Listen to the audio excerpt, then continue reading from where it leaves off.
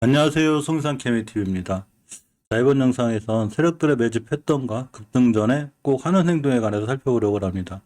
우리가 보통 이 기준을 잡을 때 241선 같은 자리를 저는 기준을 많이 삼습니다. 이거는 물론 개인마다 차이가 있기 때문에 본인이 어떤 기준선을 갖고 매수 매도를 진행하거나 또는 세력들의 판단을 보는 건 개인들의 판단이죠. 하지만 저 같은 경우는 241선 기준으로 많이 대응을 하는데, 첫 번째 241선을 급락했을 때 첫 번째 자리에서 매수하지 않는 것이 굉장히 중요합니다. 이게 첫 번째 자리 매수해서 급락을 했을 때는 가격 조정이 되고 옆으로 가는 기간이 바로 기간 조정이 되죠. 그래서 세력들이 조용히 매집하다가 한번 심하게 흔들기도 하고, 이렇게 지하 같은 지하 1층에 있을 줄 알았는데 지하 2층이 있고 지하 3층이 있네, 이런 건 여기서 판단을 할 수 있습니다. 자, 하지만 세력들도 이 구간에서 매집했다는 얘기는 언젠가는 주식을 끌어올려야 되고 본인들도 수익을 내야 되겠죠. 자, 그렇기 때문에 이렇게 옆으로 잘 가던 주식이 어느 순간 대량 거래를 빵 때리면서 이렇게 241선을 돌파하게 됩니다. 자, 이렇게 돌파하게 될 때 내동매매를 잘못하게 되면 물리게 되는데, 이럴 때 세력들이 여기서 한 번 더 밀 수도 있고 241선 근처에 있다가 갈 수도 있고 여러 가지 상황을 가지고 있습니다. 하지만 기본적으로 첫 번째 241선을 깨고 옆으로 가는 기간 조정이 이후에 다시 급등하는 대량 거래가 터졌을 때는 우리가 이 종목을 반드시 관심 종목에 넣어놓고 있어야 하죠. 그렇기 때문에 241선을 기준으로 이렇게 자리가 돼서 여기서 떴을 때 대량 거래가 터진 종목은 관심 종목에 넣고 추후에 눌림목을 줄 때 반드시 꼼꼼히 살펴볼 필요가 있습니다. 자, 그런데 이때 많은 개인분들이 아시다시피 이렇게 떨어지거나 또 옆으로 가거나 눌림목 주거나 올라갔다 떨어졌을 때 어떤 종목은 여기서 바로 뛰어나가기도 하고 또 바로 이렇게 눌림목 주 바로 올라가기도 하는데, 어떤 종목은 올라갔다 떨어지기도 하고 올라갔다 떨어지기도 하고 이렇게 시간을 많이 잡아먹죠. 똑같이 밑에서 대량 거래가 들어왔는데도 이러한 현상이 생길 수 있습니다. 또 하나 이러한 조건에서 중요한 거는 240선을 깨고 옆으로 갔을 때 세력들은 반드시 주식을 매집하기 위해서 어떤 특별히 거래량을 터뜨릴 수 있는데, 세력들이 가장 속이지 못하는 게 바로 거래량이죠. 자, 그렇기 때문에 이렇게 거래량이 땅땅 터질 때 우리가 조심 이렇게 자세히 살펴봐야 되는데, 이러한 땅땅 터질 때 우리는 이거를 매집봉이라고 부릅니다. 매집은 이렇게 이루어지죠. 자, 근데 어떤 종목은 대량 거래 터친 다음에 며칠 쉬고 바로 날아가고 어떤 종목은 오랫동안 못 가게 됩니다. 자, 이거에 대한 가장 큰 이유는 몇 가지가 있는데, 보통 우리 지수가 조정을 받을 땐 미국 시장이 크게 떨어졌을 때 우리나라 시장이 조정을 받죠. 자, 미국 시장이 떨어졌을 때 우리나라 주식도 종목들도 조정을 받고 있습니다. 근데 중요한 거는 과연 이 내가 가지고 있는 종목, 내가 편입하고자 하는 종목에 외국인 비중이 아예 없다면, 자, 외국인의 비중이 없다면 이거는 중요한 방해 세력이 없는 거죠. 자, 내가 주식을 끌어올리고 세력이 끌어올리려고 하는데 외국인 매도가 자꾸 나오면 작업이 잘 안 되겠죠. 자, 근데 만약에 외국인의 비중이 적다? 아니면 아예 없다? 그럼 좀 더 세력들이 끌어올리기 쉽습니다. 또 하나 방해 세력으로 신용 물량이 있죠. 자, 신용 물량이 많으면 역시나 241선 기준으로 뚫어서 끌어올릴 때 신용 물량에 대한 매도 물량을 자꾸 막기 때문에 이 종목이 이러한 가정, 즉 이러한 신용 물량에 대한 매물대를 소화하기 위해서 맞고 떨어지고 이렇게 됩니다. 따라서 종목이 올라갈 때는 신용 물량이 많거나 외국인들 비중이 큰 종목은 잘 올라가다가도 순간 이렇게 툭툭툭 매물대를 맞고 잘 못 올라가고 저항선에 부딪히게 되죠.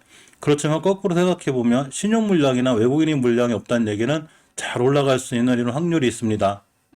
자, 이 얘기는 뭔 얘기냐면 A하고 B라는 종목이 있다고 가정을 해봅시다. 이렇게 A라고 B하고라고 똑같이 240선 기준으로 급락을 했고 매집이 있었고, A라는 종목은 이렇게 땅 떠서 잠깐 쉬고 쭉 올라가는데, B라는 종목은 이렇게 잘 올라가지 못하고 여기서 이렇게 이제 이렇게 올라갔다가 241선을 기준으로 B라는 종목은 올라갔다 떨어진 다음에 241선 기준을 맞고 떨어지고 며칠 또 헤매고 이렇게 맞고 떨어지고 이런 과정을 거친다는 얘기죠.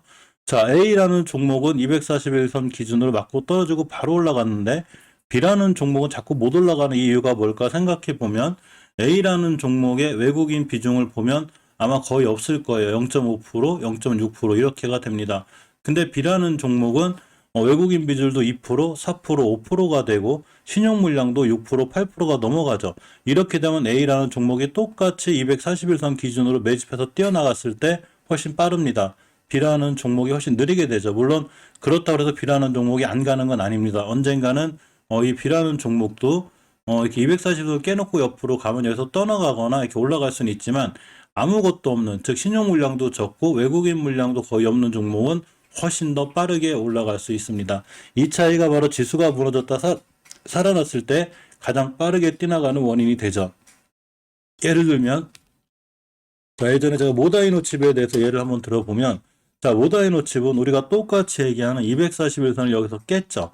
깼고 눌림목 주고 쭉 옆으로 가다가 대량 거래가 여기서 들어왔습니다. 이거는 굉장히 중요한 매수 타이밍이 되죠. 이때 사라는 게 아니라 너는 음봉으로만 떨어져라. 그럼 내가 매수해 줄게. 자, 그래 놓고 이틀 떨어지고 상한가 오늘도 20%, 이틀 만에 50% 나왔죠. 이때 매수했으면 3일 만에 50%의 놀라운 수익률을 거둘 수 있습니다. 그렇지만 이렇게 똑같은 차트를 가지고도 어떤 종목은 여기서 음봉으로 이만큼밖에 못 가고 이렇게 가고 이렇게 하고 나중에 이렇게 뛰어나가죠.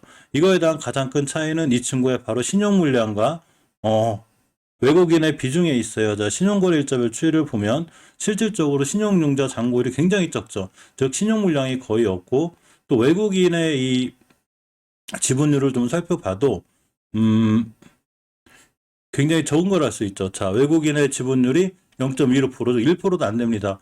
자, 다른 종목들 예를 들면 잘 가다 못 가는 종목들을 예를 들어보면 지분율이 높고, 또 하나가 근간에 같은 패턴을 갖다 하더라도 역시나 외국인의 지분율이 있다면, 특히 로봇 관련주 중에 굉장히 좋은 종목들도 지금 이렇게 외국인 지분율이 있는 상태는 잘 못 가죠. 그렇지만 이렇게 지분율이 자꾸 줄어가고 있으면서도 주식이 우상향 기조를 유지하고 있다. 그러면 지수가 무너져도, 우리가 보통 지수가 무너질 때 많이 하는 말이 있죠. 지수가 무너질 때